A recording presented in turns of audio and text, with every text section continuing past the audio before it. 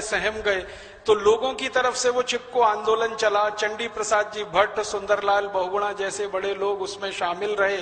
राधा बहन भट्ट जैसी तेजस्वी महिला उस आंदोलन की अगुवाई करती हुई रही। तो इन चीजों ने हमारे सुप्रीम कोर्ट को भी प्रेरित किया और हाई कोर्ट्स को भी प्रेरित किया और जगह जगह अवैध कटाई रोकी गई, जंगल कटने बंद हुए। पहाड़ों पर इसी तरह से अवैध खनन बहुत होता है, आप जानते हैं। इलीगल माइनिंग बहुत होती है क्योंकि हमारी धरती के नीचे बहुत सारा भंडार जमा पड़ा है, कोयले का भंडार है, तरह तरह के पत्थर हमारी धरती के नीचे से निकलते हैं। तो उसके कारण बहुत जगह पर माइनिंग चलती रहती है, कुछ लीगल होती है, कुछ इलीगल होती है। उसके खिलाफ भी हमारे देश में कई संगठन सक्रिय हुए और समय समय पर जनहित याचिकाएं सुप्रीम कोर्ट और हाई कोर्ट में आई। और अब आप जानते हैं कि बहुत सारे स्थानों पर ये माइनिंग बंद हो चुकी है। भारत देश का ये मथुरा और वृंदावन के बीच का इलाका है जिसको ब्रज प्रदेश कहा जाता है। भयंकर माइनिंग होती थी, अभी पूरी तरह से बंद है। इसी तरह से अरावली की पहाड़ियों पर बहुत माइनिंग हुआ करती थी राजस्थान में, अभी वो पूरी तरह से बंद है। तो हमारे देश में समय समय पर आपके जैसे कुछ न्यायविद लोगों ने सुप्रीम कोर्ट की मदद ली, हाई कोर्ट की मदद ली और इतने बड़े काम हुए हैं। इनकी लिस्ट पूरी गिनाना समय खराब करने जैसा होगा। 2-3 बातें मैंने आपके ध्यान में लाई हैं।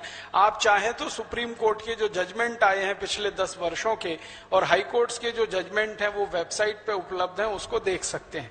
मैं आपके ध्यान में इन उदाहरणों से एक बात ये लाना चाहता हूं कि बहुत अंधकार में, पूरे भ्रष्टाचार में डूबी हुई व्यवस्था में हमारे देश की आज की सारी घटाटोप में भी आशा की कोई किरण है जो हम देखते हैं। कोई एक दीपक है जिसे हम जला सकते हैं।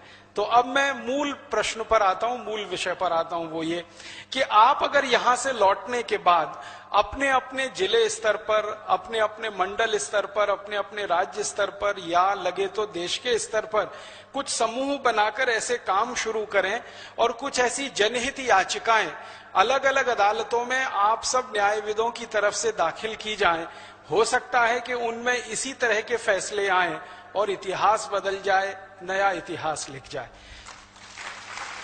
उस दृष्टि से कुछ विषय मैं आपके ध्यान में लाना चाहता हूं। बहुत आसानी से आप जिन पर जनहित याचिकाएं कर सकते हैं, पब्लिक इंटरेस्ट लिटिगेशन कर सकते हैं, बहुत आसानी से आप कोर्ट के सामने उन सब बातों को ला सकते हैं। और सुप्रीम कोर्ट और हाई कोर्ट के सामने किसी बात को लाने का माने है देश के मीडिया में वो बात का आना।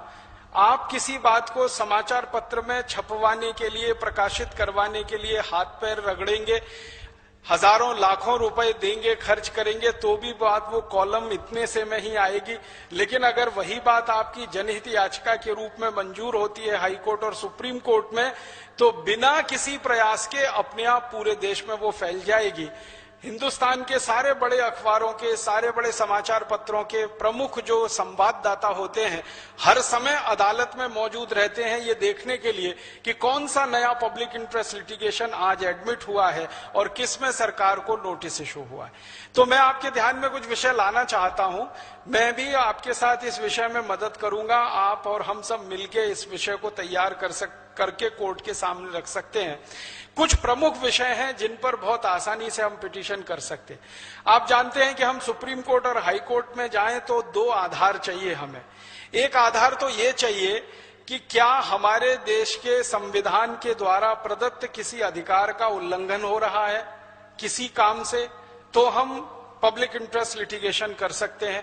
किसी व्यक्ति के मौलिक अधिकार का, किसी समूह के मौलिक अधिकार का, वो समूह किसी भी आधार पर गठित हुआ हो, को हमारे फंडामेंटल जो राइट्स हमें मिले हैं संविधान में, उनका कोई हनन और उल्लंघन हो रहा है सरकार के किसी काम से या सरकार के किसी कानून से, तो हम पब्लिक इंटरेस्ट पिटीशन फाइल कर सकते हैं।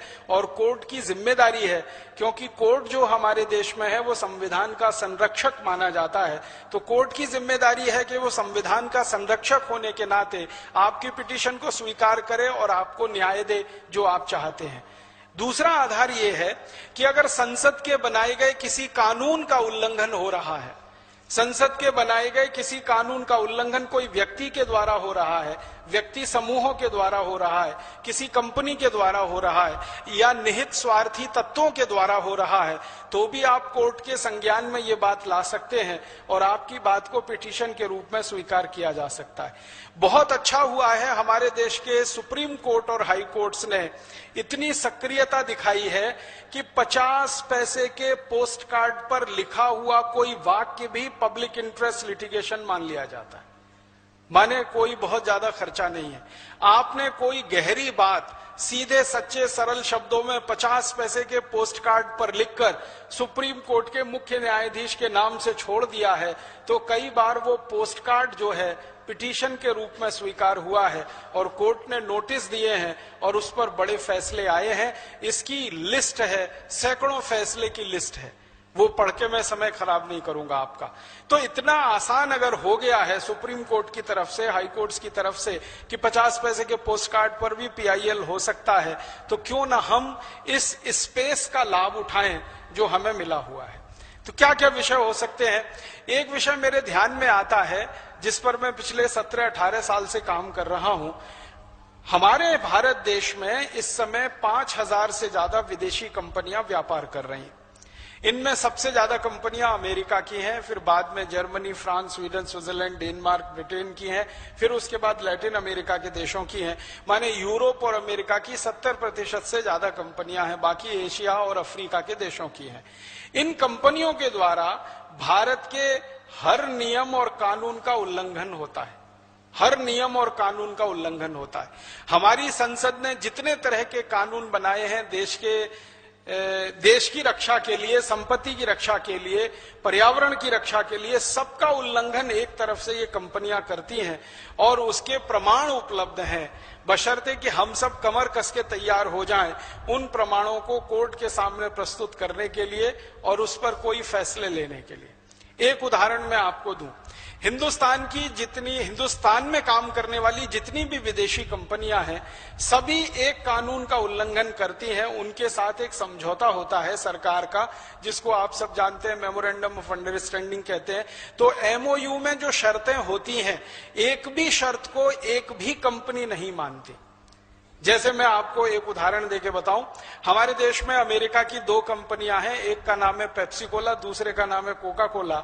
इनके साथ भारत सरकार का जब MOU साइन हुआ तो उसमें शर्त है कि ये दोनों कंपनियां जब $5 विदेशों से कमाकर भारत को लाकर देंगी, तब ये $1 भारत से ले जाने की अधिकारी होंगी। माने ये कंपनियां भारत से अगर पैसा ले जाना चाहें तो $1 ये तब ले जाएंगे जब $5 कमाकर भारत के धन कोष में जमा कर देंगे। आप जानते हैं भारत का विदेशी मुद्रा कोष होता है, विदेशी मुद्रा भंडार होता है। तो $5 विदेशी मुद्रा भंडार में ये एक पेप्सी और कोका कोला जब जमा कर देगी लाकर एक्सपोर्ट करके, तब ये $1 का इंपोर्ट करेंगे। ये इनके MOU में कंडीशन है। लेकिन पिछले 17 वर्षों में दोनों कंपनियों ने इस कंडीशन का आज तक पालन नहीं किया है।